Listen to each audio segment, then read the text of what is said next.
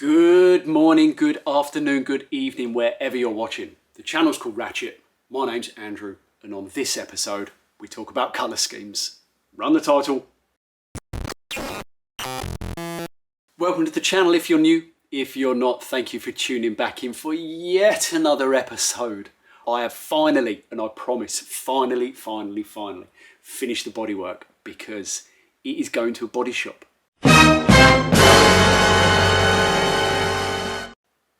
Yes, that is right.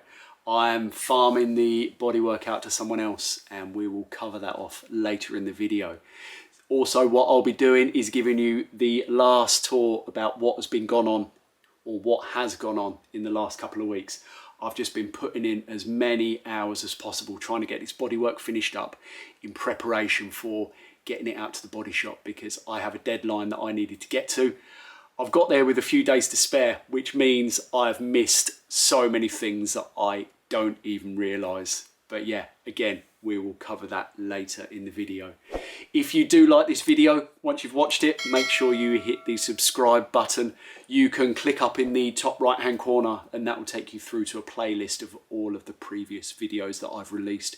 Be sure to leave me a comment. I really do enjoy reading what you guys have got to say. Good, bad, indifferent, whatever. You know, it's nice to see some people following along. Some people have been in it since episode 1. Others, you know, this may be your first time watching this video. So everyone's welcome to follow along with the calamities of this restoration stroke rebuild stroke phoenix from the flames. I have no idea what I'm saying. So anyway, enough of all of that. Let's get on with the video. Starting with the back, we may as well run through the most obvious difference, and that is the fact that I've decided to bin the periscopes. As I'm wanting to go for a very early style of car with the twin rear lights, having the Mark II periscopes fitted wasn't really in keeping with what I wanted the final look to be. So the periscopes have been removed, the holes have been fiberglassed over, thin skimmer filler in prep for the final touches at primer stage. Coming right down to the back of the car, I've decided to remove the rear vent grills completely. By removing those, it then meant I had a number of holes to then infill, which I've done, giving them a thin skimmer filler. I don't want to run any vents at all. I know some of the early cars ran a louvered vent on the rear, but I'm just going to run open holes in the bodywork. I think it will be in keeping and it will look not out of place. Tiny detail, but something I wanted to get done was I've relocated the side repeater. Previously, it was further forwards in the front wing and it sat very awkwardly with me. So just to give it some reference and to give it some sort of grounding, I decided to move it directly on top of the latch position. So now it just reads through and it gives it some sort of relevance to be in the position that it is. A tiny minor point, but something that I hope will, you know, just add to the feel of this being a well thought out car, but only time will tell, I guess. I've poured hours into panel gaps and trying to get them absolutely bang on, because I know for me that's going to be make or break on this build. So plenty of gapping, plenty of patience, plenty of sanding. I think I'm pretty much there with them. One thing I did want to do was to have a nice tight gap in between the spider and the top of the sill. So I've left minimal space for paint, but sufficient, which will allow me to still remove the side sill to access the fuel tanks should I ever need to. Still have a nice super tight gap between the spider and the sill, with everything else, you know, maintaining that 4mm gap once you've sort of factored in primer, base and lacquer. But I hope, I really do hope that all this time invested in trying to get everything nice and gapped up is going to pay off in the end. A very small detail, and probably something no one will ever notice, is the time that I've put into the arch return lips and making sure they blend into the return lips of the sills as nicely as possible. If you have a look at a car that hasn't had anything done to it, to me, there's some slightly awkward meeting junctions, and I basically wanted to do away with those. So I just spent some time with the DA sander, just making sure everything blends really nicely into each other. Again, not necessary, but for me, very necessary. Something else that I've put in hours on making good on this car are the insides of the doors, in particular where the door buckets sit, where the door pockets sit. My car had some real bodge work done. Once you've taken out those pockets, I'll put up a couple of pictures that you should be seeing now of the state of the cuts and just generally the poor workmanship. So I've put in hours and hours and hours trying to make good in preparation for the satin black that I've got planned for the insides of the doors. Also on top of that, for some reason, the gap between the dashboard and the leading edge of the door is massively different in between the passenger side and the driver's side. So I wanted to bring both together so they matched. So that meant I had to quite heavily modify the front edge of the passenger door, making it nice and tight to the dash. So that involved me basically doing a few little pie cuts, making some brackets for spacers, etc., and re-fiberglassing the front leading edge in the location that I wanted it to be. So again, that was something else that I wanted to get done, completely unnecessary, but I wanted it done for myself. You'll see that I've basically stripped most of the passenger door, and that was because in the painter's wisdom, whatever reason was, the door hadn't been prepped in the slightest. The top coat had just been sprayed over the gel coat, no primer, so the paint just flaked off. So I removed it basically with a Scotch pad. It was that poorly applied, it just fell off. So I don't want to put a percentage on this build of how much I have had to redo, but it's high, it's horribly high. Same around the striker plates, same around the door locks. They were poorly fitted, so I had to remake all of that. So it's just, well, you know what it's like. You've been following this build long enough to know what I have gone through. But we're there, we're done, we're dusted, and hopefully I can put this all behind me. So let's get down to business. Why have I decided to farm the car out to a body shop to let them spray it? It boils down to time, if I'm perfectly honest. I don't have the skill to be able to get this bodywork to the standard necessary to deliver the paint job that I want in a time scale that makes sense to me. I could be at this for months, getting it to a level that I think would be suitable, only for then to be laying down some paint and just the whole thing be, left wanting, because I didn't have that final kind of finesse, that final kind of touch that is necessary in trying to deliver the standard of paintwork that I want for this car. Now, I'm not going to say it's going to be absolutely flawless, it's going to be perfect, I'm not saying it's going to be concours, but I want it good, I want to be proud of it. So if I have to let someone else do this stage to enable me to have a finished product that I'm proud of, then so be it. So the car is going to a body shop that I've used before. Obviously there will be videos of the car there, so we'll cover that off, who it's gone to in due course. But for now, the bodywork has been DA'd with 180 grit all over, taken out any real highs, any super lows, but the car is going to go to them. It's going to have a front to back fill, sand, prime, then another block sand, then another prime, and then base, lacquer, cut and polish and all of that good stuff. So it's pretty much going there for the full Monty.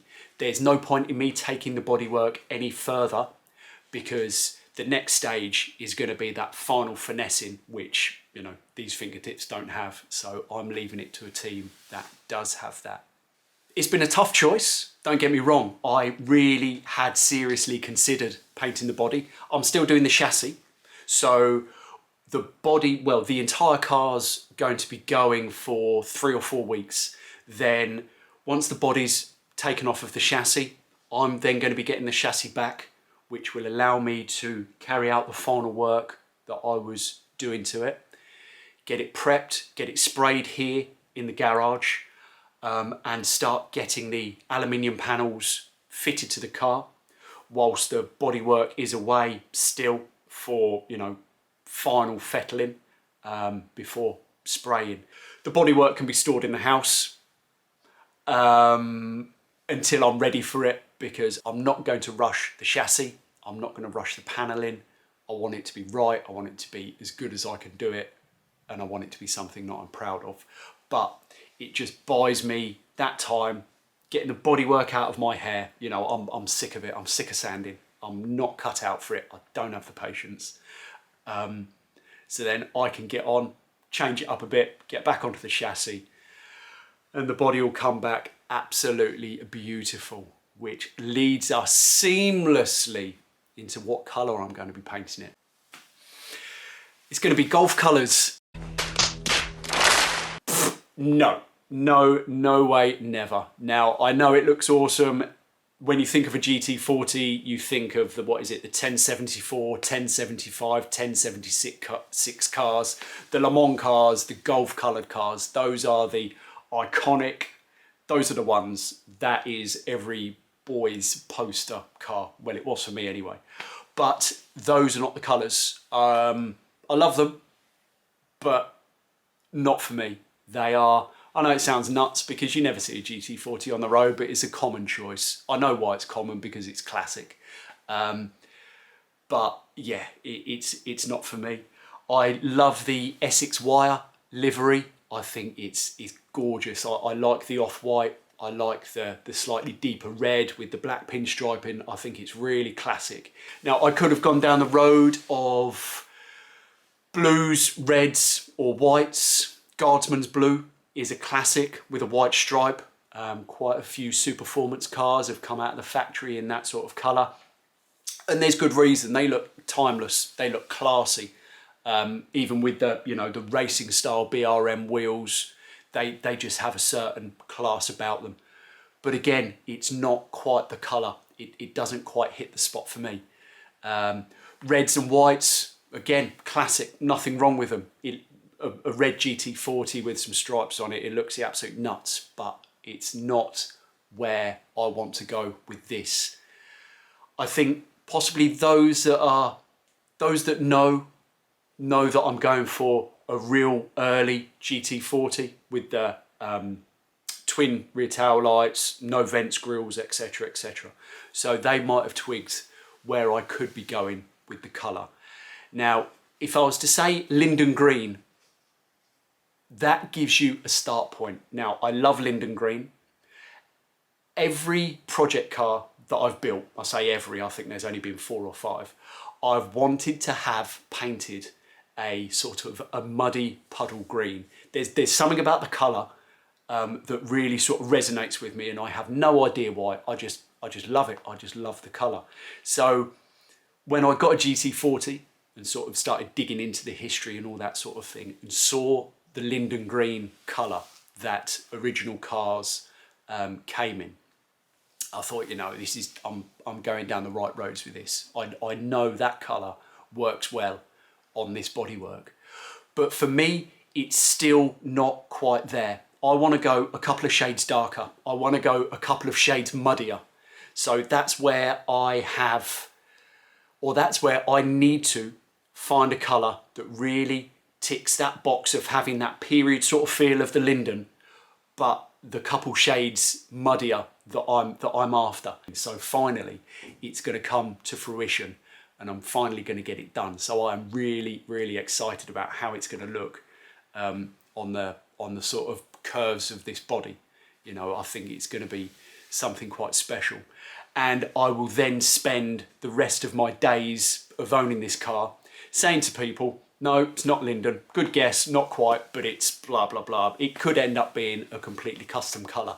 I don't think you'll ever get a true representation of the colour on screen. Certainly, I've bought a few rattle cans of greens that I thought were close. I think there's a sage green from Porsche. There was a Lincoln green from Range Rover. There's a Willow 2 green from Austin. Now, on my laptop, they're the colours, but by a rattle, they are a million miles off where I want to be. So I think it's going to take a little bit of playing around to get the exact hue that I'm after, but I'm confident when I see it, I'll know. So that's basically where I'm going. It's a darker Linden green. I'm planning possibly, maybe, white stripes, white roundels, white seal stripes. So you're sort of getting the vibe of where I'm going. I might change up the stripes to black. They're going to be vinyl. I'm not going to have them painted on because I want the ability to change my mind, to change the look of the car. If I get bored of it after a period of time, I can change the coloured stripes and it will just add a completely different dynamic to how the car looks. So that basically wraps up this video. The cat is out the bag. It was never going to be a secret about what the car was going to be, but I wanted to leave it up until now to obviously let you guys know. I don't think it will have been a surprise to some, and I hope you can start seeing the vision about where this car is going to go and where it's hopefully going to end up. The next video, the car's going to be gone. It is going to be on its way to the body shop. The body shop's only local. I've spoken to the guys there and they're cool with me going down there to film and sort of capture some of the bodywork and the processes and all of that good stuff. They've spoken about doing a hyperlapse of the actual spraying. Now I know that is sometime in the future, but that's going to be cool to see. I'm looking forward to that. I know it's been a bit of a drag the last few months. Yeah, probably, yeah, months. Absolutely, it's been months. But to have the bodywork gone, bare chassis back, I'm going to yank the engine because I want to do some other bits and pieces to the actual engine compartment. So stay tuned for that one because again, I've got some more bespoke ideas that I want to put into place. That's it. That's a wrap. That's it for this episode, and I will catch you next time.